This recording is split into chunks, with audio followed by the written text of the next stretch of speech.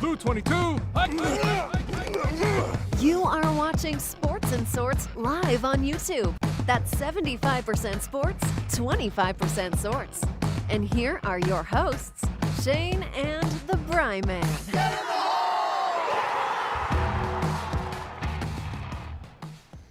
Yeah, we are back. It is Monday morning. It's 9:34. We were supposed to start at 9:32.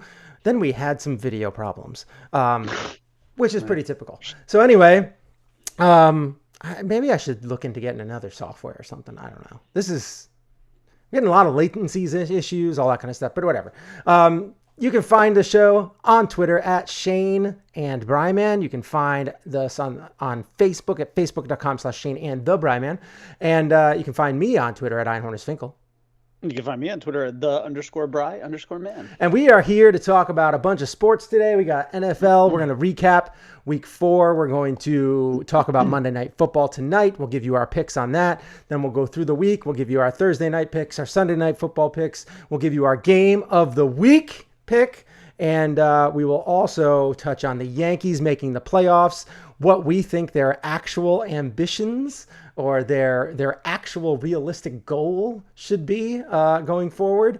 It's been a very up and down season, but we'll talk about that. And of course, we have at the end our Mount Rushmore of the best TV shows with 5 seasons or less. There will be some caveats, of course, because, you know, there's miniseries out there. There's all these kind of different things that are playing a part, and they can be in there because they have less than 5 seasons. Even if they were predetermined to only have 1 season or 2 seasons, they still have less than 5, so we can pick them. Yeah. And there are some out there that I think there are some shows that I never watched that are critically acclaimed and may not make the list. Like, I definitely watched, but I didn't watch all of it. So it did make my list. But so we'll get into that at the very end, of course, during our sorts section of the show. How things going, buddy? How about them Dolphins? How's the Fin fans over there? How you doing? Dolphins Twitter is in its usual state of the Bills are great. I mean, that's 2 shutouts, 35 to nothing, 40 to nothing. It's been great over here. Bills Mafia is feeling themselves right now. We didn't even play well this week. We played okay, but we just trounced them on defense, and it was just another wonderful day over here in Buffalo.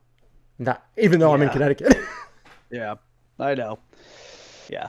So how's things over in wonderful Florida? I got to tell you. So, of course, I have a little bit of a rant prepared for Dolphin fans this morning. It's been almost a month since we had a victory Monday, and I don't see any one of those coming anytime soon, to be honest. You know, I watched that game yesterday, and did you ever see the movie First Night? Oh, yeah. Richard Gere, of course. Sean Connery. Yeah. It's actually a really good King Arthur. It's a classic.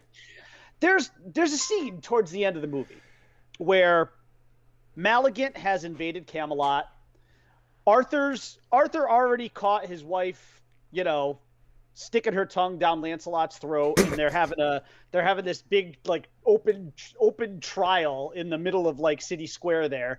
Malagant breaks down the bridges to Camelot, breaks down the doors to Camelot. He gets inside the city, and he's holding the city hostage. And he questions. And King Arthur's just sitting there kind of because he's just kind of what can I do? My wife's cheating on me. We're doing this ridiculous public trial.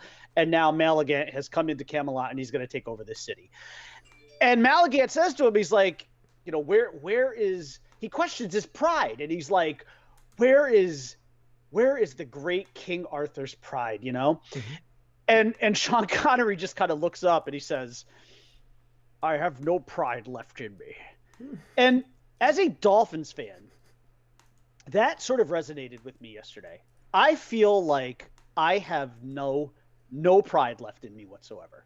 There's nothing there. It's just an empty, hollow hole where my soul should be, or where my heart is, where my love of football is. it's gone. And I got to tell you something, Dolphin fans. To me, there are only two acceptable responses that you could have this morning. One is anger, and the other is apathy. Those are the two acceptable responses that you could have this morning to this team. Any sort of optimism is not allowed. I will not allow it. There is nothing to glean from anything of what we saw yesterday, or frankly in the last 3 weeks, that should allow you as a Dolphins fan to be even remotely optimistic. If you're optimistic, just get the fuck out of here. I don't have time for that shit. I don't have time for it. None of us have time for it. Nobody wants to hear any optimism right now because there is no good news. There's no cavalry coming. There's no one riding in on a white horse to rescue this team. Not at this point in the season. That's not how it works. Okay? None of that shit is happening. And I'll get to the Deshaun Watson thing in a little bit. But even if you want that guy, which I don't know how you would want him with a clean conscience, but even if you want that guy, he ain't going to be the answer. But we'll get to that. We'll get to that. Let's just talk really, really quickly about yesterday. The Dolphins were blown out on their home field the day after the Dolphins celebrated the life of Don Shula, and at halftime where they continued that celebration, the Dolphins were blown out by a depleted team that had no Quentin Nelson, that had no Rock Yassin, and that had a Carson Wentz who was hobbling around the field worse than Kirk Gibson in Game 1 of the 1988 World Series. And the Dolphins could do nothing with this team. Nothing. They are lifeless. There's no fight in them. They're helpless, hopeless, hapless, heartless. No matter there are a number of adjectives you can use to describe this team right now. And in the last 3 games, they're winless. So I don't know how you could have watched that game yesterday and taken even just a morsel from it to say, well, at least this went right. Or, well, you know what? This wasn't so bad. No, there was nothing to take from yesterday's debacle that you could hang your hat on. I mean, okay, maybe early on, like Jalen Phillips was starting to get some pressure on the quarterback, which was actually kind of nice. But then, he completely undid that by actually getting penalized a couple of times. So it's like Jalen Phillips giveth and then taketh away from himself. Early on in the game, they throw the ball to Jalen Waddle a number of times, like in the first quarter, and then all of a sudden they just abandon him and he disappears. This team is so bad. I can't even say they're consistently inconsistent. They're just all over the place, a mess in every facet of the game. They're a mess from ownership right on down to personnel, right down to on-field personnel. They are a mess top to bottom. I mean, it's so bad to sit there. You see Steve Ross sitting in his owner's box with Commissioner Goodell there and probably Garfinkel and I don't know who the other person was. He's sitting there and he's got his binoculars on because he's old as fuck and he can't see the field clearly. So he's got his binoculars and he's looking down on the field. And at one point he just leans back and he's like got the binoculars tucked into his face and he's just like, I mean, that was all of us, by the way. Steve Ross was all of us yesterday, if you're a Dolphins fan. I can't even begin to express the embarrassment I have as a Dolphins fan. I can't believe I even woke up this morning and decided to put this hat on because this team doesn't deserve the fans' love. This team has tortured us for years. For years and years and years. Ever since 2000, when Dan Marino walked off that field the last time against the Jaguars and Mark Brunell and the Jaguars just absolutely annihilated the Dolphins 62-7 and sent Dan Marino packing. For the last 20 years, with the exception of that little bright spot in 2008 when Chad Pennington somehow helped us win an AFC East title without Tom Brady, where Tom Brady was injured for the year. Other than that little bit to hang our hat on, which even then the Dolphins went right into the first round of the playoffs and got trounced by the Ravens, which whatever. I mean, that's a fait accompli every time we play the Ravens. We get to play them again this year too. That ought to be fun. But other than that, this team has given us nothing. In 20 years, they've given us nothing. I mean, at least with Marino, you could always say, even though he never won, even though the furthest I ever saw him advance was an AFC championship game. I was actually too young. I was only 7 years old when he was in his first Super Bowl in '84. I actually really, I recall it in like just flashes, basically. Like that, I was 7. So I only really recall Dan Marino like in one AFC championship game for the most part. There just hasn't been much as Dolphins fans for us to ever really be excited about. It's just the same story year after year, wash, rinse, repeat. And if you're a Dolphins fan today and you're waking up and you're feeling anything but either anger or indifference, I'm sorry that there's just nothing else you should feel at this point. I have to tell you too. So this team finally, and my brother, just to put some context, and my brother is my best friend. He's also my role model. He's somebody who I've always looked up to. He's the older brother. He's the better brother. He's always been the better brother. He's just a better human being than I am. But you know what? This team actually broke him yesterday. He texted me last night and he was just like, I don't give a shit anymore. Just go get Deshaun Watson. I don't even care. I don't care. I'm so tired of this. And I actually went back at him and I'm like, you can have him. I'm like, I don't want anything to do with that guy. Like but you know what? My brother is 9, almost 10 years older than me. Mm-hmm. All right. He's 53 and he obviously he's been through this for even longer than I have, because for him, the sucky part about 72 and 73 when they were back-to-back champions in the perfect season, he was 5 years old. Mm-hmm. So he has about as much recollection of that as I would have of the Dolphins in the 84 Super Bowl where they got trounced by the 49ers.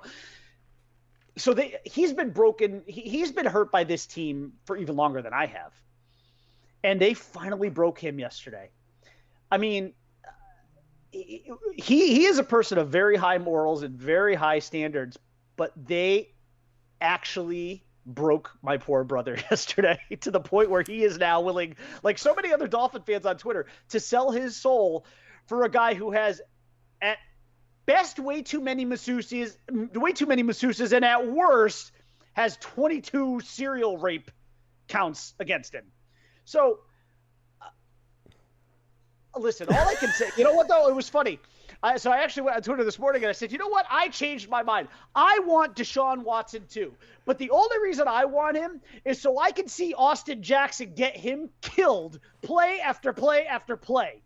So Austin Jackson and the rest of this offensive line can fail him just like they've failed Tua and like they're failing Jacoby Brissett. I want to see Deshaun Watson on this team too, just so I can see him get knocked on his ass a few times a game. Because knowing the NFL and knowing our justice system, that's probably the only payback Deshaun Watson will ever get for any of this. I mean, OJ and Bill Cosby are out there running free. Listen, Deshaun Watson ain't the answer. He's just not. He's not the answer. You know what? What sucks? He might be. All this. To push back a little bit, if he wasn't such a douche, right? If he wasn't such a bad guy, he could be the answer. Because for one, yes, there is an issue with your offensive line, and he's going to get hit more often, but he also has a veteran presence about him that will help him escape the pocket, and like Tua just doesn't have that yet. Jacoby Brissett, as good as he is, Brissett doesn't really have that. Although Jacoby Brissett probably did evade 5 or 6 sacks yesterday, that would have been. He's a backup. He's a backup quarterback. That's all he is. So he's not going to be able to do that. Tua's not going to be able to do that yet because he just doesn't have the mental capacity for it yet. He's just not there yet. You need to have more. You need to have more games under your belt to be able to feel the pocket collapse on you in the NFL. It's totally different than in college. In college, surely. So, but it's much different. Tua has shown in limited. Obviously he's only played 11 games, so he has shown in a very limited capacity his ability to actually have poise in the pocket, to be able to feel pressure, to be able to step up into it. But it doesn't really matter. Behind this offensive line, which might be the most offensive line I've seen to date. You froze again. Deshaun Watson's gonna get killed. Well, that's par for the course. Let me just finish my rant, and then we can figure out what to do after that. Listen, the bottom line here's how I just want to finish this off. The bottom line is, no matter who we bring in, no matter what changes we make, it will not matter. It will not matter. The Dolphins are the epitome of the expression, the more things change, the more they stay the same. No matter what the Dolphins try to do to address anything, it will never change. I think the sooner Miami Dolphin fans like myself can accept the fact that regardless of how many more years we are collectively on this earth, the chances of us seeing a Super Bowl are slim to none. And Slim may have just walked out the door. This team is so far, and they actually had Dolphin fans believing this year that this was a playoff team. This team, first of all, they might actually be the worst team in the NFL. I'm not sure I'm quite ready to go there yet. The Detroit Lions definitely give them a run for their money. But even the Jets got a win yesterday against a really good a banged up but still good Titans team. And Zach Wilson is starting to show signs of coming out of his early, season malaise. I just don't know, if you're a Dolphin fan, like, what could you possibly hang your hat on right now? In every phase of this outfit, they're a mess. They're just a hot, stinking pile of garbage. They're the dumpster fire rolling down the hill. I mean, there's just nothing. There is no solution here. They've tried so many different things over the years since Marino left. Although the one thing that they've tried and just they can't even get close to doing is apparently getting the quarterback. I still believe Tua is the guy, but until he can play and prove it, there's no way of really knowing that. And I love Tua. I am an unapologetic Tua stan. But the bottom line is he can't prove himself until he gets on the field, and we all know the best ability is availability. And so until he's available, he can't prove any doubters wrong. Those noises will just get louder and louder until he steps on the field. Mm-hmm. I would have been okay with Deshaun Watson had he not been the person that I think he probably is. I would have been fine with that. But you know what? If you're the Texans, you're just not going to – the Texans don't want to budge on an asking price. And if you're any team trading for him, why are you going to give up that many assets for a guy that almost assuredly will not be able to play this year? Because I think the second he is traded, if he's traded at all, I think the commissioner will 100% put him on the exempt list. I just don't know how you could – the NFL already has a bad reputation for handling situations like this. I really can't see Roger Goodell not putting him on the exempt list. I mean, if you get a guy like Deshaun Watson, it's a move for next year and beyond. But again, to me, you're not doing it with a very clean conscience, and you're certainly not doing it with a clean pocket, because that guy will get killed behind this offensive line. So listen, you know what, Dolphin fans, in closing, I don't know. I have no words to uplift you, because I don't want to be uplifting today or anytime soon. In fact, all I'm going to tell you is the complete opposite. Go out there and choose violence today. I mean, not like physical violence. Just go out there on Twitter and choose violence. Be angry. Be pissed at the world. Be mad at everyone and everything. You have earned this. We have earned this. No other fan base really kind of – I mean, listen, don't get me wrong. There are teams like the Lions and the Browns who have yet to – there are certainly – listen, even as a Bills fan, you haven't tasted it yet. You've been tantalizingly close. But you know what? There is a certain – Dolphin fans have a unique set of depression and anger and PTSD that not other fan bases have. And honestly, I don't know if this team is cursed. I know Hard Rock Stadium is I guess it's built on Indian burial ground. So right off the bat, I mean, you got a poltergeist shit going on right there. So maybe that's part of the problem. Like, maybe we just need to get a new stadium that's not built on an Indian burial ground. I mean, that's just some bad juju right there. I don't know what to say, Dolphin fans. Go out into the world today and choose violence. And end of rant. Okay, well, let's hang up and I'll call you right back. Okay. That sounds like a good place to hang up. Oh, man. BriMan going crazy. Looking drunk in his Frozen picture. was great. Good stuff. Now we have this loud, and he's not answering. Oh, BriMan.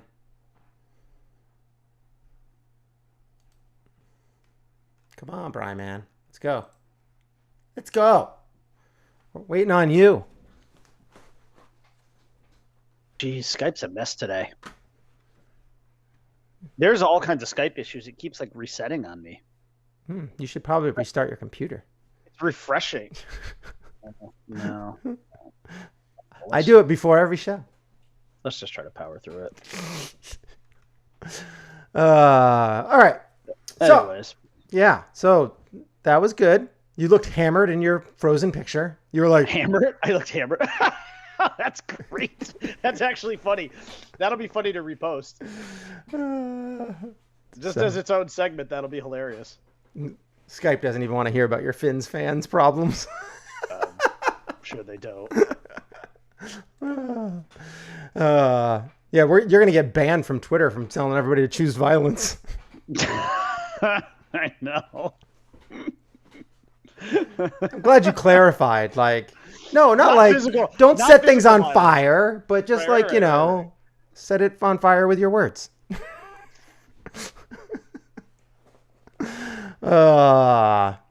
And this is the last episode, 276 episodes in, before Sports and Sorts gets banned. Before I'm banned or jailed or something for trying to incite violence. Yeah, that's great. Wonderful.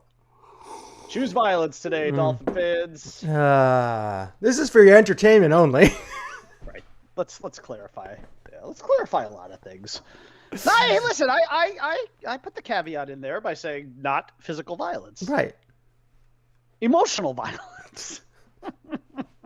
It's not bad. Not Twitter bad at violence. all.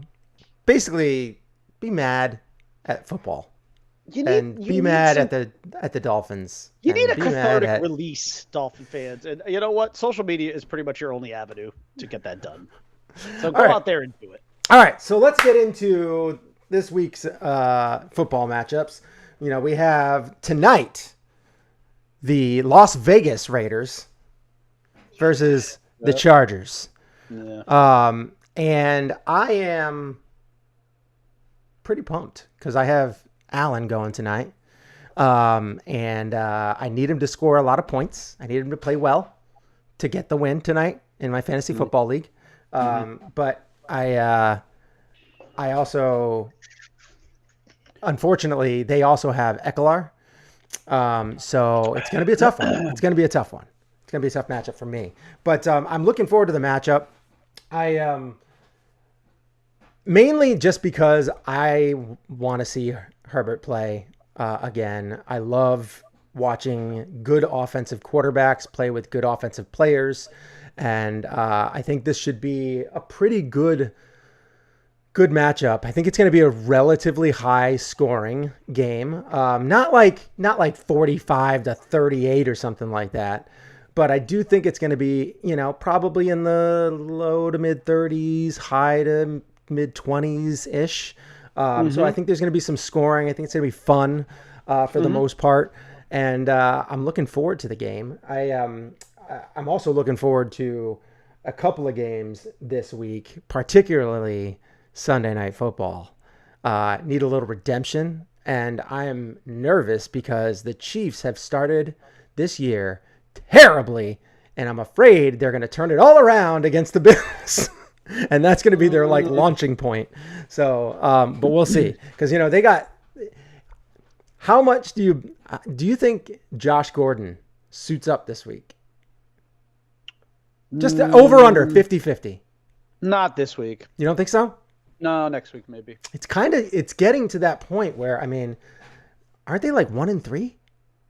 Or no, yeah, 1-3? Who are we talking about? The Chiefs? Chiefs. Are they 2-2? 2-2. 2-2? No, they destroyed Philly yesterday. Oh, they did? Okay. I think they doubled Philly up yesterday. I think it was more than. I think it was 42-20. Oh, that's right, because freaking I'm sorry. Tyreek Hill went bananas. It was 42-30, I think, actually. Tyreek Hill went bananas, yeah.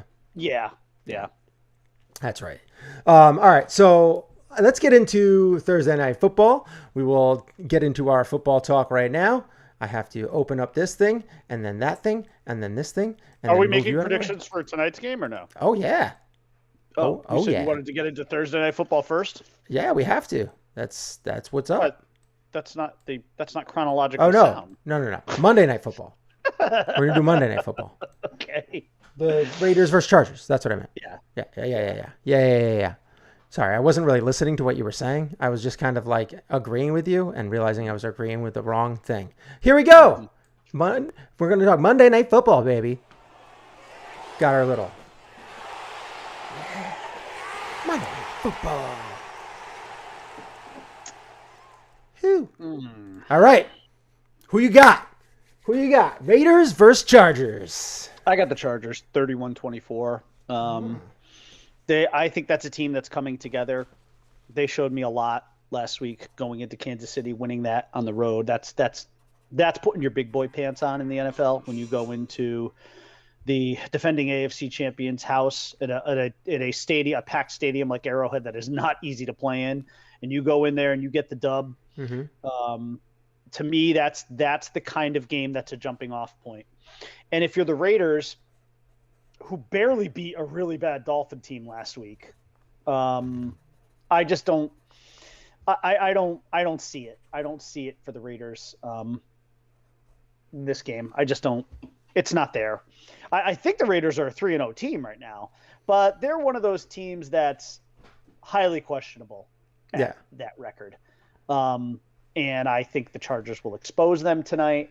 So I've got the Chargers by a touchdown. All right. I have a similar score. I also have the Chargers winning. I just, ever since he got drafted, I've been very much a Justin Herbert fan. I was saying that I felt like he was probably the best quarterback in that draft. And I just think he's a very talented quarterback. So I really like the offense that he has around him. So I am very interested in seeing. Are you frozen again? Oh yeah, you are frozen. Oh God. Yeah, this is awful. 100% frozen. So I think that the Raiders versus Chargers. I think the Chargers are going to give them a little bit of a butt whooping. We just hung up again. Oh my gosh, he needs to restart his computer. This is ridiculous.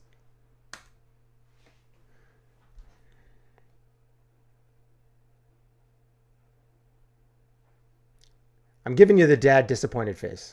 It's not me. I can't do anything. You can restart your computer. You have probably 5,000 tabs open. No, I don't. I'm just kidding. I don't, though. That's the sad part.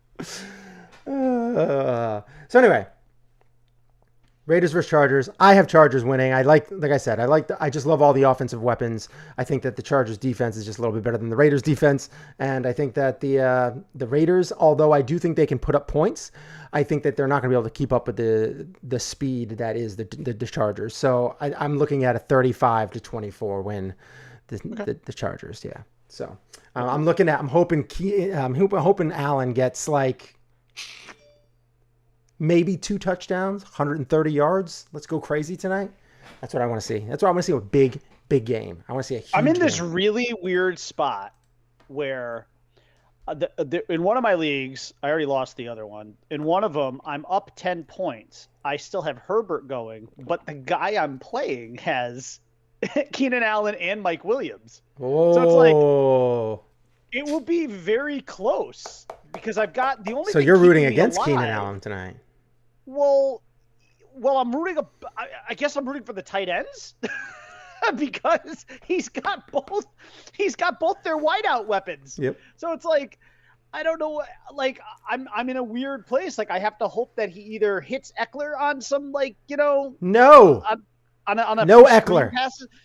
Like I need Herbert to have a big game, but not Allen and Mike Williams. It's like we're offsetting each other. I think the only thing keeping me alive is the 10-point cushion, but the 10-point cushion can be very easily erased by yards. I hope the Raiders come out and put up 7 on the board right away, so it's a throw out. I just want them to get throwing. Anyways, all right. So So that's our Monday Night Football game. That's tonight. We both have the Chargers winning, pretty handily. And now we'll get into Thursday Night Football. Thursday Night Football is the Rams versus Seahawks. Now, the Seahawks are an interesting team. So are the Rams after yesterday. The Rams they did not perform well yesterday. No, they got pasted at home. And they were supposed to trounce the team that they were playing. Who did they play yesterday? They played somebody. The Cardinals. The Cardinals, the right. The now 4-0 Cardinals who do not look like a team to be trifled with. We were struggling with which team we should pick for the game of the week. And I think one of them was 49ers Cardinals, which are two decent teams. And then you have the Browns versus Chargers. That's another good game. There was like Green Bay versus somebody. Who are they playing this coming week? I opted for Browns versus You said Chargers. Browns Chargers. So that's what we picked. To me, that one really stands out. That's the one we picked. So because I think you're obviously the game of the week could change too if the Chargers lose tonight, though. It could, but I still think you're looking at 2 3-1 teams, and I think you're looking at two of the 3 teams who will I think you're looking at they're two playoff of the teams bound who will push the Bills and the Chiefs for AFC supremacy. Yeah, so they're playoff. They're definitely playoff contenders for sure. Yeah. All right, so Rams versus Seahawks. Let's see what you got going here. I have to pull up something on the computer. Can you tell me where is that game? I think it's in Seattle, but I can double check real quick while I'm searching the. That's the wrong one. It's in Seattle. You know what's interesting about this game is if you had asked me at the beginning of this past week, before I saw the Rams get outclassed by the Cardinals in SoFi, I probably would have picked the Rams for this game. But now I'm thinking I might need to go Seahawks on this one. It took me only one game to have some trust issues with the Rams, because there was a point. There was a point going into the game yesterday where I was like, I kind of have this weird feeling the Rams might finally win a Super Bowl. Like, they finally got the quarterback. Stafford's just a beast, and they were looking the part, and then they just got punched in the mouth at home yesterday. Yeah, they did. And now I'm questioning everything I thought. So, you know what? And, Russ, I think the Seahawks won, I believe, yesterday, right? Who did the Seahawks play yesterday? I thought the Seahawks won yesterday. They let's see. They're 2-2, so I don't know who they played last week. I'm trying to look it up here. Why am I not seeing it? Because I was watching some of the game yesterday. Didn't they beat the Niners? I thought they beat the Niners. Maybe. They did. 28-21, they beat the Niners in San Francisco. So I feel like the Seahawks might be a team that's starting to get it together just a little bit. Yes, they are only 2-2. I'm going to lean Seahawks on this one. I think it'll be close. I think there'll be some points on the board. Let's go 30-28 Seahawks. All right. Wow. Yeah. 30-28. Do I feel good about it? No, but I'm going to go there anyway. That is definitely saying that it's going to beat the over. The over under right now is 53.5. So you're saying 58 points. Yeah. So you're frozen again. Oh, God. So no, you're unfrozen. Oh, you're back. You're frozen. Am I? No, Wait, now you're not. Now you're frozen. Now you're moving. Yes, you're moving. Okay. You unfroze. Okay. You un-Elsed. All right. So it'll be very interesting to see how that plays out. I have a different score here. I have 35-20. I feel like the Rams are going to come back with a matchup here that's going to. They are angry. I think they're going to be a little angry. I think McVay's going to be pissed. I think Stafford's going to be pissed. And I think that's something that they never had in the past. They never had a Goff fueled rant or a quarterback with some moxie that could, step up into the face of everybody. Like Jared Goff yelling at the team, Aaron Donald's just going to be turn his back and walk away. Now, if you have Stafford, who's been in the league forever, has lots of accolades. As far as personal accolades, he's never really won anything. But known as being a tough guy. Oh, tough as nails. He is a great arm. He is, smart. He's just a overall good quarterback. So he's a top half of the league quarterback. He always has been. Yeah, he just never had a good team. And every time that they had somebody, like the Lions did something like they did to Calvin Johnson and just like walked him out. Like, right. So that happens so often. I mean, it happens all the time in Detroit. Why? I don't know. I don't know what the heck, what is going on with the leadership over there, but it's terrible. So anyway, there's a lot to unpack there. I have 35-20. I have a feeling that they're going to come back. They're going to put up and I think that the 20 is going to be like Seattle coming back at the end, just trying to put some points on the board. Yeah. Okay. All right. I am a big believer in the Rams this year. I think the Rams are going to go pretty deep. I think they're going to be Super Bowl contenders. I loved them getting Stafford. I think that Stafford will prove to be a top 5 quarterback this year. And because of the team that he has. At worst, he should put up the numbers to. Yeah, he's going to probably throw for 5,000 yards this year. I mean, it's going to be, and probably close to 40 touchdowns. I mean, it's going to be that kind of year for him. So it's very, very possible. And if he puts up those kind of numbers too, and they go like 13-4 or something like that, he's going to possibly be an MVP candidate. Like it's going to be one of those type of years, I think, for Stafford, barring injuries, of course. But I think he is just a good quarterback, good guy, seemingly a good guy. And I hope things work out for him, except I want the Bills to win the Super Bowl. All right. So now speaking of the Bills, let's get into Sunday Night Football, which last Sunday Night Football was a good game, but it wasn't a fun game to watch until the end. The end was kind of fun. You're frozen again. No, I am? Yep. Damn it. Oh, now you're back. I don't know if I was really frozen. You were, because sitting very still. You're frozen again. Oh, okay. Yeah, you keep freezing. and then you get into these rapid like that, where it's catching up. Yeah. Yes. It happens on the phone a lot. You have lots of lag issues. It's crazy. I don't know why. I'm literally hardwired down here. This isn't even Wi-Fi. You just gotta the computer gets set and you have to reset it. You have to restart your computer occasionally. You have to make sure that you update all the apps and everything. And so it gets bogged down when you just kind of keep it there. It's like, it's like stretching. You got to stretch from time to time, True. It's like, there's going to be so many computer geeks that are out there. What the hell are you talking about? You don't have a trigger. Yeah, I know. Computers don't need to stretch. All right. I don't know what to say. Anyway, let's get into it.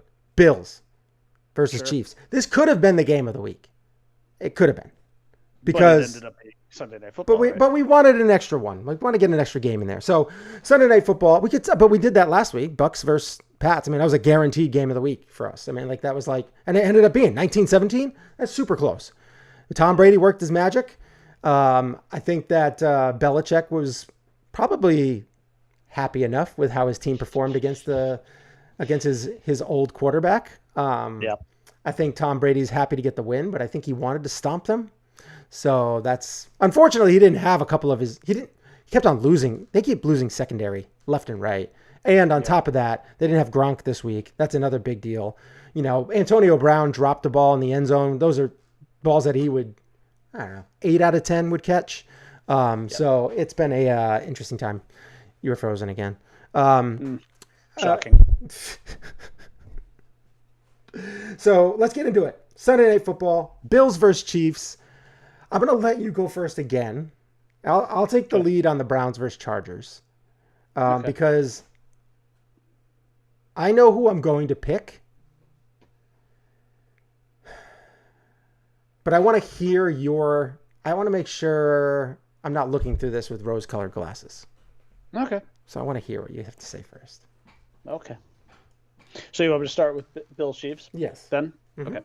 So yeah, this game is in Arrowhead. Week 5 is a big matchup early in the season. Sure. Two of what I would consider to be the two heavyweights in the AFC. This is your, this is a Holyfield Tyson in their primes kind of slugfest. I actually have the Bills coming out on top on this one, and you know what's going to shock you even more is I've got the Bills winning this one almost with relative ease. Wow. I have a final score of 41-30. I think it's going to be a shootout. But I think it's going to be one of those games where you just described moments ago about the Seahawks maybe trying to come back a little bit later in the game, putting some garbage time points up. I think the Bills are at a point where in their last 2 games, they've scored 75 points to 0 against them. That is. Now, I will grant you, though. They haven't played the best teams. I was going to say, you could make the argument that the 2 teams that they have played are the 2 worst, or certainly in the top. They're 2 of the 5 worst teams. The Dolphins, between the Dolphins and the Texans, they are 2 of the 5 worst teams. They had to go in with a backup quarterback. Like it's. But you know what? Even still, though, the Dolphins had no. Come on, 35-0 is. I mean, sorry. When you're at home and you lose 35-0, it's bad. It's just bad. There's not an excuse to be made. And the bottom line is, in both of these games, where the Bills have put up almost 40 points in each game, they've not even really looked all that good doing it. Mm-hmm. Like, they haven't even hit their stride yet, is what I'm trying to say. And I think they finally do that offensively in this game. Offensively, I think they finally do that in this game. And the Chiefs, I don't think the Chiefs, listen, they're still very much a class team in the AFC, and their time is not done. Their window is nowhere near closed. But I also think that the Bills are just that team that's on the rise. It's getting to be their time. Mm-hmm. I really thought that moment last year when the Bills season ended and Stephon Diggs was just sitting out there like looking at the field, watching the celebration, because it was the Chiefs, right, that they lost to? Yes. Yeah. They were 1 win away from the Super Bowl. I think that was a real defining moment for that team and for those players. I really feel like that moment stuck with them, and this is their chance to begin to right that wrong. And I think the Bills are going to go in there and I think they're going to fuck the Chiefs up, to be honest. I got it. Like I said, 41-30. And I think the Bills, I really am starting to think this is the Bills' time. I really do. All right. Well, I have the Bills winning too, and it's mainly because it just seems like they're more set on defense. I have them winning 35-31. I think that the Kansas City Chiefs are one of those teams that you're never going to be able to fully stop. No, but you cannot stop them. I do think that they just have too many weapons. And especially if Josh Gordon comes in, I think that's just going to be another weapon, and he could easily walk on the field and catch 5 for 100. He could. Like, that's how just big. And one of the most supremely talented individuals I've ever seen in any sport. And he's getting up there in age, but he doesn't have a lot of miles on his legs. That's the thing. No, right. That's the crazy part. And granted, you don't get faster with age, but still, if you don't have the miles, what's so sad about Josh Gordon is that he could have been one of those greats of all time. No, but if the rules that were in place now were just in place when the guy would have never been suspended. He would have never had issues like rehab, all that kind of stuff. It's crazy. It really, you have actually known me for a long time. I think you know that I've always been a big Josh Gordon guy. Yeah. And I've always been a big Josh Gordon supporter. We've talked about him on the podcast. Because I just always felt like the NFL and sports in general are just so far behind the time. And I don't mean to sound like a overly woke person or whatever, but and you shouldn't, when you hear someone like me talking about something like marijuana use, don't take it with a grain of salt, because I've never had a drag of pot in my life. I don't know what it's like. The only high I have ever been, I was secondhand high at a Roger Waters concert in Yankee Stadium. That is the closest I've ever actually been to high, which was actually really fun because my brother and I went to that concert. We both were like punch drunk driving home, because we were definitely a little high. Yeah. But it was like fun, actually. I have to say, it was actually like fun. But that is the closest I've ever been. I have never had to drag a pot, and yet I can sit here and tell you with a straight face that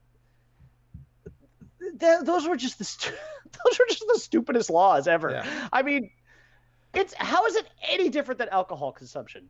It's not at all.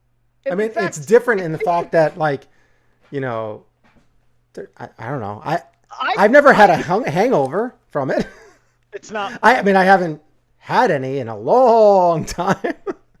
But like, I haven't had a hangover, thankfully, in a few years. Well, for as far as like marijuana goes, like I had some in college. Like it was a long time ago, like long time ago. I'm like 20 years removed from college. You and Mary Jane got to know each other a little bit. Yeah, a little bit. Yeah, a little bit. As soon as I was done with baseball, I was like, sure, why not? I'll try it. It's just not. I mean, listen, I was never interested in it, but I never looked down on it, and I just never understood what it's an herb. Yeah, it's a fucking plant. I mean, I don't know. I just don't. Listen. Yeah.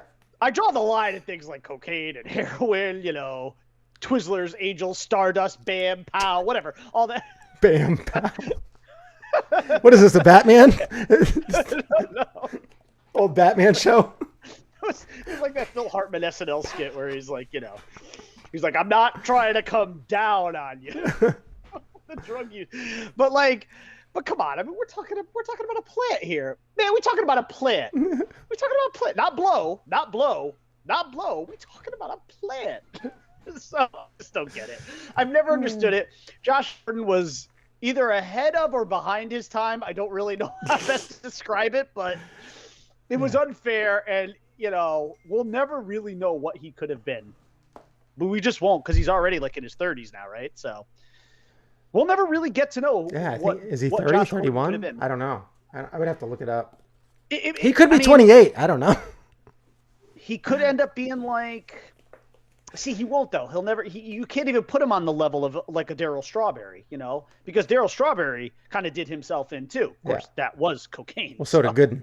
You know, I mean, the whole fucking Mets team was on cocaine that year, but... And most of those years, so... you know, him and Doc were... Whew. But... Yeah, Josh Gordon, man. I've always been in his corner. I've always defended him. He's 30 on the dot.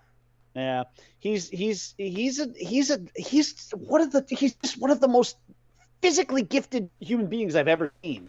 Yeah, and he would have been. I will say this until I'm in the ground. That guy would have been a top 5 receiver all time if just the rules had been different than what they are now. Yeah, he was very, very talented. All right, so it'll be great to see him with a quarterback like Patrick Mahomes. Oh my gosh, dude! And then it's not only that, but he has Hill and Kelsey, and it's just that field is going they are going to be putting up 50 points a game. Yeah, I mean, and now there's nothing that will actually stand in Josh Gordon's way. Like, you don't have to worry about him getting suspended. Yeah, not only that, but he was being used on the Patriots as like a blocker. Like they barely threw to him. Oh, look at his size. I know, but like they didn't really utilize him the way that they should have. No, they did. And whatever. I mean, maybe Bill just thought he needed to show that he was going to be clean for a year or whatever before he was going to trust him and as more of a blocker, you know, they didn't really, but you know, there were games that he had that were like 5 for like 110. Like he still put up numbers from time to time. And, you know, Brady knew if they needed to throw a touchdown in the end zone, he could just try and throw it up to him because he can jump too. He's a big, strong guy. Because he's huge. Good hands. So it'll be very interesting to see how he plays on the Chiefs because, like I said, you know, Kelsey and then Hill, situation. And now you have Gordon. Yep. Like Watkins would do well from time to time with the Chiefs, and he's like had his moments, but Watkins is like so far below talent level of Josh Gordon, so far below. So it'll be very interesting to see. You could make an argument in their prime that Gordon was better than Hill. He's bigger. He's like stronger. He has just as good, if not better, hands. He just isn't quite as fast. I mean, they're two totally different receivers. But still. They're physically built different. It's not a great apples to apples comparison. It is. They're both receivers. No. Yes.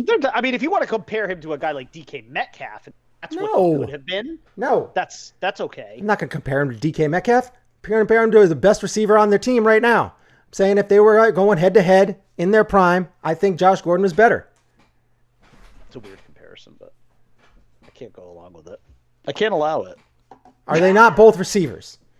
Yes, they is are both Is Tyreek Hill the number one receiver on the Chiefs? Yeah. Was Josh Gordon the number one receiver on the Browns? It's just a weird comparison. They're such physically different. Doesn't matter. They have different skill sets. One guy doesn't matter. Oh, so you're not going to compare Jerry Rice and Randy Moss? But they are at least physically more similar. No. In terms of Randy Moss is like 12 feet tall. He's like the highest jumper of all time. Jerry Rice, though. Jerry Rice was was the greatest route runner who ever lived. If you want to do apple to apples with them, use Jerry Rice. You say Jerry Rice and like Larry Fitzgerald. I just don't like those are more apples to apples, but it's just a weird. They're the best receivers. You got to compare them. But Josh Gordon's not in that conversation. That he shouldn't be in that conversation. With Tyreek Hill, I said in their peak, in their prime. But even in his peak, he was just never on the field long enough. I mean, it's such a weird. The window where you could actually say Josh Gordon's prime is so inconsistent. Like he's never been able to be on the field long enough to put together a body of work that would allow you to compare him to any other receiver. It's hard to make any comparison. The only thing I'll just say what I said before, which is that if the rules that were in place years ago did not exist and Josh Gordon could have just played through his career, I believe he would have been an all-time receiver. I think he would have been top 5 receiver. Physically gifted, freakishly athletic, could have done it all. And, by the way, I'm not defending him though either. The rules were the rules at the time. You got to follow them. So he dug his own grave there. I will say that he definitely dug his own grave. But the rules, it's kind of like the same thing where it's just like, oh well, if Dan Marino had been a quarterback in this era, think of the numbers he would have put up. Well, he wasn't though. Dan Marino was a quarterback in his era, and the rules for protecting quarterbacks then were not what they are now. So, I mean, woulda, coulda, shoulda. Bottom line, All I'm saying is Tyreek Hill has Patrick Mahomes, and Josh Gordon had Huzamawatsa at 22 and put up 1,600 yards, 9 touchdowns, and 87 receptions. Yeah, he was nuts. As a 22-year-old on the Browns with who the fuck? Terrible. Well, Tim Couch was Tim Couch the quarterback? I don't even know who the quarterback was. It might have been Tim Couch. Who knows? Who's actually sitting on a couch right now? I mean, I'll find out right now. Let's see. I want to say Tim Couch, but honestly, it could have been fucking anybody. No, well, he had 4 quarterbacks that he had to deal with that year. Yeah. One was Jason Campbell. Oh my God. Brandon Weeden. Oof. Oh, Brandon Weeden. Yeah. Brian Hoyer. Oof. And Spencer Lanning. Okay, I don't even. But Spencer Lanning didn't actually. He only threw 1 ball and had 1 completion. It was probably to Josh Gordon. Okay, I was gonna say. I don't even know who that guy is. Okay. Weeden. Okay. That was with. That is not a who's who of quarterbacks. No. And you know what the record was? 4-12. That's more like a who's who. Yeah. Of quarterbacks. They had Willis McGahee as their running back. That's just a who of quarterbacks. Oh my God, Brandon Weeden. Not even Tim Couch. No, not even. Wow. That's all. Anyways, I'm saying. Okay. Josh Gordon, I love him. I wish him the best, but. Oh, I do too. Can't say that I'm gonna make a bet that he's gonna stay clean all year. Love the guy. I've always been a fan. Yes. All right. Browns versus Chargers, because that is our.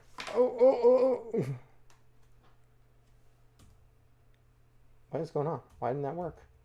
Hello? Okay.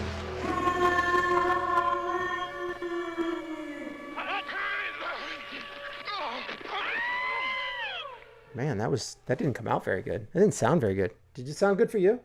Yeah, it was very loud. Was it? Actually, yes. It was very quiet in my ears. Oh, Very quiet. Sorry about that. It's very quiet. Like I could barely hear it. That's why I was kind of weird. All right, so we got the Browns versus Chargers. This is, I think, going to be a pretty good game. I have. Yeah. I do have. So I have down the Chargers winning, just because I love Herbert, and I want to see. And I don't really love Baker. I don't think Baker's a terrible quarterback. I don't think he's the best teammate. I think he's just a little selfish, but at the same time, he's got a good team. He's got a really good team around him. I think good defense. I think their defense is better than what the Chargers. Best running back tandem in the league by far. Yeah. I mean, oh my God, yes. Chubb and Hunt. Yeah. It's insane. It's insane. Those are two stud running backs in your backfield. Those are two all-star caliber, Pro Bowl caliber. And they've found a way to make it work. Yes. Even though Kareem Hunt is a steaming pile of shit, but as a human. Yes. So this is the NFL, and that kind of stuff is allowed. So I have the Chargers winning. But the more I think about it, I'm kind of like, you know what? That's probably not going to be the best, because just the Browns defense, I do think, is a little bit better than the Chargers, but I want the Chargers to win. I need to see the game tonight. A glass case of emotion. I need to see the game tonight to be able to make this full take this, because I need to see a little bit more from the Chargers. You made that noise that Ron Burgundy made just before he jumped into the bear pit. Like, yeah. This is so hard. On one hand, there's the woman I love. I'm so torn. And then he has the moment of clarity. That's it. We go into the bear pit.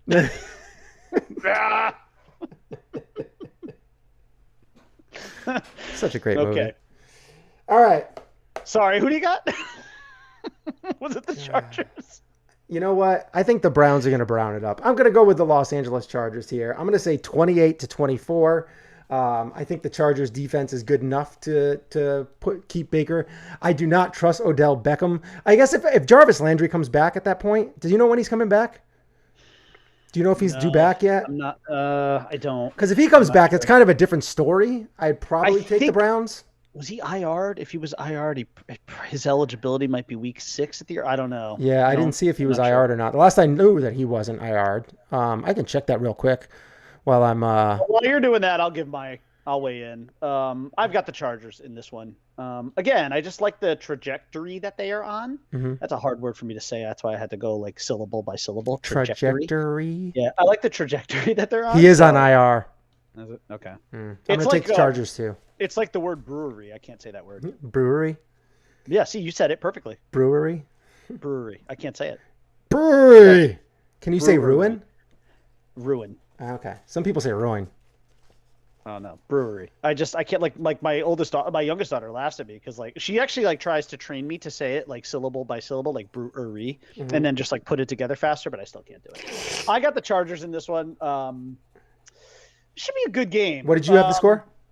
I'm getting to that. What did you have the score?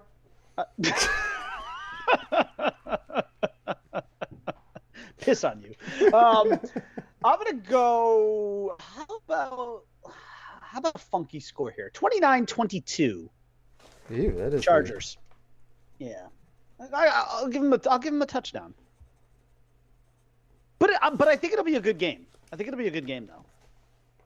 Like really good, really tight, close. Because I think the Browns defense won't allow it to get out completely out of hand. Mm-hmm, mm-hmm. So, and the Chargers defense is the kind of defense that bend don't break, but I think they're getting better by the week.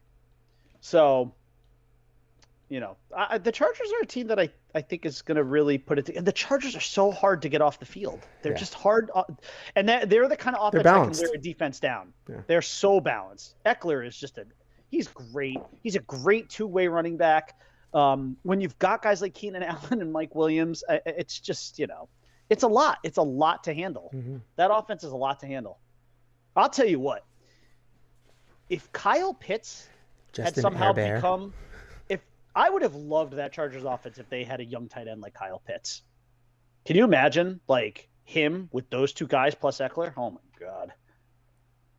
Not that Pitts won't be great with Atlanta because he probably will be because talent is just off the charts, but man, oh man. I have him on one of my leagues, and it hasn't really panned out for me yet. But No, not he's yet. putting Not up yet. like solid numbers at her tight end. Yeah, Nothing it's, great. It's tough. You got to remember, It's he's not a- Kelsey numbers or like Gronk in his day numbers. It's tough but because Ridley is going to be the first read always. Gates. You know, like Ridley's the guy, so that's going to be tough. Yeah. But he'll get there though. I mean, Pitts will definitely he'll get there. I hope so. It's a and I they hope also so this have year. Strangely enough, I can't believe these words are about to come out of my mouth. The Atlanta Falcons have Cordero Patterson, who has somehow emerged as not only this fantasy threat, but just like a go-to guy. He's so weird. He's a man without a position. He's actually like listed as a running back. He wears a wide receiver's numbers. He even has the look of a wide receiver. Mm-hmm. But he's a man without a position. He's like the Taysom Hill of wide receiver, tight end, running backs. Like I don't even know how to explain him. Wow. Who was that? Who was that quarterback? I can't. I'm drawing a blank right now. That played for the Steelers. Oh, Who was also like running back / wide receiver. Oh God, I can't believe I'm not remembering the name. I know. It's driving me crazy. Cordell Stewart. Cordell Stewart. Yeah. Cordell Stewart. Yeah. That's why you were there. Cordell and Cordell. Yeah. Cordell Stewart. He's like that's kind of This was Right. him originally, but now that's done better Yep. Yes. because people are getting more athletic. Cordero Patterson has always been a decent player in the league, but the Falcons have really found a niche for him. And it is one that's all his own. There's no, I mean, he's like, it's like he's not good enough to be a top of the line wide receiver, and he's certainly not good enough to be a great running back, but he somehow fits nicely in between those two as this weapon that they have been able to utilize. It's really kind of remarkable, like second half of his career for Cordero Patterson. Sure. So that's our football, right? We're pretty much done with football. That is our football. All right, let's get on to we're done with the football for now. We're going to get into we got to bang through here. We got to do it real fast. So we're going to get to the state of the Yankees. The state of the Yankees. I mean, my assessment of this will be correct. Yeah, it's not. I mean, it's super early. Tough game, tough matchup. Going into Fenway, correct? Yeah, at Fenway. The only thing I think, I'm not going to say that this is in their we favor. can just get into this game because by the time and then we can just give predictions. give our predictions what's going to happen. Like I think if they get hot, they can basically run through this league. If they get hot again, they have to like step on the gas again. They started to step on it again, but then they got raised. You know. It's going to be hard to do without DJ and I know DJ has. He not should been come great back this year. soon, though, right? Like they I said, think ALCS would be his earliest availability. Right. So that means you have to beat Boston and then somehow win the ALDS. Yeah. So and I'm not counting on either of those things. They'd have to go through Tampa to get to the ALCS, which I just don't see happening. Here's just a few nuggets that I will give you. One. The only thing that I like about this game is that at least Cole is on the mound, and this is exactly the exact spot that you gave $300+ million to Garrett Cole for, is this moment on Tuesday night. This is why he's getting paid $40 million a year. This is his Randy Johnson moment. This is it. And if you go out there and you lay an egg, I'll give him a pass if they go out there and they lose, but he goes 8 innings, gives up 1 run and strikes out 11 and they somehow still lose. Yeah. I'll give him a pass then. Yeah. But if he goes out there and lays an egg and he's out by like the 3rd or 4th inning. If he keeps it close, but he's dominant, like you can't really throw any shade his way. He's either got to do one of those two things, but this is what they got him for. So you know what? If you're Garrett Cole, just go out there and do it. Go out there and do what you just got paid for. Go into the Lions' den in Fenway, where you are going to be booed mercilessly. Those fans are going to be on you from the second that game starts. Go out there and shut them up. That's it. It's just that simple. Point number 2. I thought it was a bad portent of things to come yesterday, the way that those 2 games ended. Judge gets this semi-hard hit ball that bounces off the pitcher's glove and gets to the second baseman, and Tyler Wade slides. I was shocked they did not walk him, although Judge did not do himself any. I think they were doing the whole pitch out the zone and see if Judge swings, and Judge was swinging. I'm surprised they didn't walk him just to set up a double play. Right, but the main reason that I thought I knew what they were going to do. I said to Cameron, my son, we were over there and he was watching the game with me. I was like, they should walk him. My guess is they're just going to keep the ball outside the zone and see if Judge swings at it. And sure enough, he threw 3 balls outside the zone and he was 1 and 2 because he kept on swinging at him. Right. He kept swinging. Well, he wanted to be aggressive in the moment, which I'm fine with. But again, the portent of things to come is I just didn't like the way those 2 games ended almost within minutes of each other. The Yankees sort of went on this ugly walk-off. Like Judge has walked off 2 games in his career. One's a walk-off walk, and the other one was that thing yesterday, whatever it is you want to call that. Meanwhile, out in Washington, Devers hits a monster blast to center field to send the Red Sox into the wild card game and hosting the wild card game. And I'm just like, boy, this again, it's a portent of things to come. It's just, this is like a tale of two cities, a tale of two teams here to me who are just, and now listen, the Red Sox have not played great down the stretch. I'm sure our friend Damien would tell you the same thing. He's probably not thrilled with the way Boston has played, but you know what? They're there and they're hosting this game and they've got the home field. And I think, unfortunately, the Yankees have just been so inconsistent all year. And they've just let Yankee fans down all year. It's been one heartbreaking gut punch after another. And I just don't see, to me, in the regular season, the regular season is almost always an indicator of how things will happen in the postseason. Whatever things haunt you and plague you and hold you back in the regular season tend to rear their ugly heads in the postseason. And I know this is a one and done game. And I think for the Yankees, it's going to be one and done. I know they've got Cole on the mound. I mean, in theory, that's sort of an advantage. I know DJ has not played well this year, but you know what? The postseason is always the best reset button.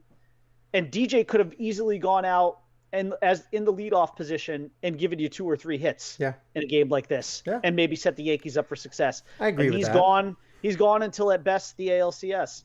And now you're going to have Glaber leading off, which, again, it just weakens your lineup. You've taken one element of your lineup that, I mean, again, I know DJ didn't have a great year and he still hit 270. And he was wildly inconsistent this year, just kind of like the team. Well, apparently he's been dealing with a sports hernia for.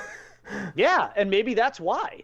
Maybe it's like Charlie Sheen in Major League. All he needed was a pair of glasses. Maybe just like DJ's been dealing with this sports hernia all year and he should have had it addressed. Right. But I just can't see the Yankees winning this game. I'm struggling with it. Garrett Cole, 16-8 versus Nathan Eovaldi, 11-9. Now the Yankees have not hit Nathan Eovaldi well. No. In big games. No. But and this is a revenge game for him. So to me, like those pitchers almost cancel each other out. I feel like both of them probably have a pretty good chance to pitch well.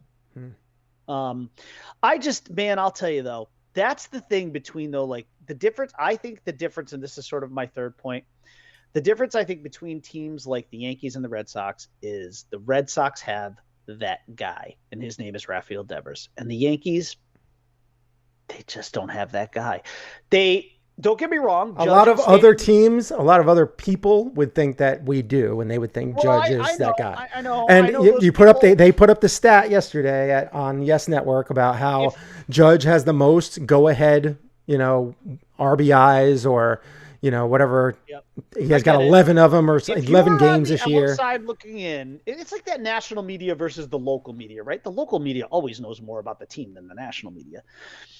But that's like that national media thing where you're just like, oh, the Yankees are the modern day Bash Brothers, where they've got two guys who have hit 35 plus or more home runs and who have both driven in close to 100 runs. And you're like, how do you navigate that part of the lineup? And the truth is, you just don't throw them pitches that they can hit, and they'll get themselves out. Yeah. They've kind of shown that. They've kind of shown you the formula to beat them. But if you make a mistake. If you make a mistake, yeah, they'll punish you. Sure. Absolutely. I mean, that pitch that Giancarlo Stanton hit into the fucking sun last week against that was a cement mixer that rolled right over the top of the plate. Fuck, you could have hit that out of Fenway. Maybe. I probably couldn't have. I never had home run power, but the point is, the Red Sox just have a killer in their lineup. They have an absolute murdering assassin in that lineup, and his name is Devers. And I just don't know in a big spot how you get him out. He does look too like he's kind of got that. He's got that look to him where he's kind of like, moxie and I'm going to F you up. Yeah, he does. He does. And Judge doesn't have that look to him. Judge just looks like a gentle giant. He's kind of like, kind of happy. Too happy. And I just want and he doesn't, he can't smile and you can't be angry. You can't think of angry. And I hate that about Judge, because I've always just wanted Judge. I feel like who could have that persona is Gary Sanchez. The dude just never lives up to his potential. Oh, I hate him. I hate him with an unbridled passion, but I don't want to. I owe you a 6-pack of beer, by the way. For what? Because we had a bet early on in the year that he would hit over his weight, and he did not hit over his weight. I thought he'd bat 235, 240. 250 maybe. If he, I also, stupidly thought that they might shift him to DH, and which would have helped him a lot, but that didn't work out either. Yeah. Well, I'll take. You know what? Since I forgot about the bet, I'll just allow you to pick whatever you want to. I'll leave the choice up to you. I won't even make a request. You could get me whatever you want. Pumpkin, please. And it doesn't have to be a 6-pack. It can certainly be a 4-pack. Gotcha. Mick Ultra Pumpkin Seltzer. Oh, piss on you, Wyatt. Anyways, I think the Red Sox are going to win this game. I think it'll be tight, kind of little game, a lot of tense. I think 4-2 Boston. And they'll head to the ALDS to hopefully lose to the Rays. Because the Rays, here's the other thing about this Yankee team, man. The Rays, I know they trotted out their A lineup because they wanted to get rid of the Yankees, but it also felt like they were barely even trying this weekend. And for the most part, they just smoked the Yankees. And the Yankees needed these games more than Tampa did. And they just didn't. The Yankees barely showed up. They won on a walk-off, whatever that was, by Judge yesterday, just to eke out one run. But I'll give the Yankees credit yesterday, though. They pitched well. Mm-hmm. Tyone showed up. Bullpen showed up. Every time the Rays tried to get on, they tried their hardest to get a run across, and the Yankees stopped them. The one last thought I want to say about this season, and this is not something I would have thought. I don't love that Aroldis pitched. So they need a little bit more. I mean, they have plenty of rest, I guess. Yeah. But it would be nice to have one more day. Yeah. The only thing I will say is this is something I did not think I would say a year ago. Jonathan Loaizaga. Johnny Lasagna? He is one of maybe 5 people I would not want to lose on this team. And I would have never thought I would have said that. He's got the moxie. He's got the stuff. Yeah. Fuck the moxie. You can have stuff, but still, Aaron Judge has the stuff, but he doesn't. You don't fear him. I feel like Loaizaga gets on the mound and he looks at you with these intense eyes, and then he goes out there and he puts up those numbers. He goes out there and shuts you up, and then gets fired up about it. He needs to be the closer for this team going forward, sooner rather than later. Yeah, going forward, yeah. Wouldn't you want him? Ask any legit Yankee fan who you want on the mound. Doesn't matter who you want. In the 9th. Doesn't matter who you want. No, they're going to do what they're going to do. They paid Aroldis all this money, but they're going to do their formula until. But I don't think it's not going to be an argument between Chad Green and Britton and all these other guys. It's going to be between Chapman and Loaizaga. It's if Chapman is gone, if they can trade him. I don't know. Is this his last year? Does he have more time? I think he's got another year at least. So then if they trade him in the offseason to try and get some better picks, great. and then they can just shift over Loizaga. But I don't know if they'll do that. Because depth in the bullpen is very needed. I think it might be time to let Chad Green go too, though. Although you know what I think actually Chad Green's biggest issue is overuse. I think they just he needs a rest, frankly. He's pitched a lot. I don't think it matters. I think with him, people have kind of figured him out, though. Well, he's got a heavy fastball that just sort of can sit over the plate. Right. I mean, and it's not 104 miles an hour, so therefore, no, it's 97. Right. And it's fast and it's tough to catch up to, but it's fairly straight. So it's hittable in this game. Yeah, it's very hittable. He's not a closer. He's that. He had his moment a couple sixth, years ago. seventh, He really did. sixth, seventh, eighth guy. I would say I'd rather have him in the sixth. Yeah, but I'm just saying that's where he's going to be. That's where he's going to fall, no matter what team he goes to. I just want to see them get. Because to me, Clay Holmes is like a good seventh inning guy. If you could get someone for the eighth and then have Loizaga as your closer, that'd be great. But the problem is Chapman's still going to be part of that equation. I mean, unless they grow a set and they just say, hey, Chappie, you're going to pitch the eighth, and Loizaga doesn't pitch that. But he'll throw a fit. He'd throw a hissy fit and probably beat up some woman. So. Oh Jesus Christ. Sorry. Do we really have? I don't know if we have enough time to do the Mount Rushmore. Plus, we haven't even gotten to your assessment of the Yankees. So. Yeah, my assessment is I think the Yankees are going to win tonight. I mean, tomorrow night. I think it's going to be 5. For you. One of us is being positive. I think they're going to win fairly. I think they're going to take it to Eovaldi. I think that they're going to put up a decent amount. I think they're going to put like 4 or 5 runs up against them. Really? In the course of I think it's going to happen quick. I think they're going to get through the lineup once. I think the second time around, they're going to get 1 or 2 guys on. They're already going to score 1 run, and then they're going to pop a 3-run shot, and it's going to be 4-1 or something like that, 4-0. And then they're going to tack on another run late, and I think it'll end up being 5-2, 5-3, and with some flair down the road. I mean, down the at the end of the game where. I was going to say no Yankee game would be complete without some drama. Yeah. So I think it's going to be Devers is going to be up in the bottom with a man on. Game's going to be 5-3, and Aroldis is going to be up on the mound. Oh Jesus! I'm getting inverted goosebumps just thinking about that. Oy. So I think that's what's going to happen. That's a big fat no, thank you. Yeah, that's my opinion. Every Yankee fan's going to be screaming, "Get him out of the game!" Also, one other thing. Can we stop with the turtle? With Bronxy the turtle? Can we just move on from that? Oh, God. Oh, the Yankees have turned into one of those teams that it's we need a good luck charm to help us get through the postseason. No, just go out and be the fucking Yankees. We don't need a fucking turtle, okay? The good luck charm is that NY on your hat, damn it. Yeah, that's the fucking good luck charm. Oh, Christ. Anyways. Good times. So I guess we should probably wrap. Should we say we'll just save our TV shows? I guess we're gonna have to. Yeah, I think we're running long. It's almost 11.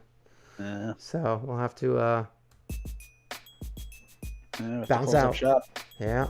Thank you guys for watching, listening. However you took this in, we appreciate the time that you took to check it out. But don't forget to go ahead, hit that subscribe button, smash it, slap it, slap that like, punch that notification bell. Oh, there it was. Yeah, do it. Do it. Do it. Do it. Do it. Underrated movie. Such an underrated movie. All right, so thank you guys. You can find us on Twitter at Shane and BriMan. Find us on Facebook.com/Shane and the BriMan. And you can find me on Twitter at IKnowHornusFinkel. You can find me on Twitter at _Bri_man. And we have reached the end of the show. And in the words of the great Tony Stark, part of the journey is the end. However, we will be back next Monday with some football recap. There'll be a lot of baseball talk, one way or the other. And we're going to have our Mount Rushmore of your favorite TV shows that were canceled either before 5 years. 5 years or under. 5 years or under. I have all mine. We have them written down. We were going to get to it. We just couldn't end it. We'll get to it.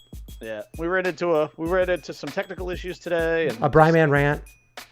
A rant that went a little longer than but I had to get it out. This is my catharsis. I need this once a week. There probably won't be a lot more of these though. Just because the result's going to be the same every week. I just don't want it to get toxically repetitive. So I get it.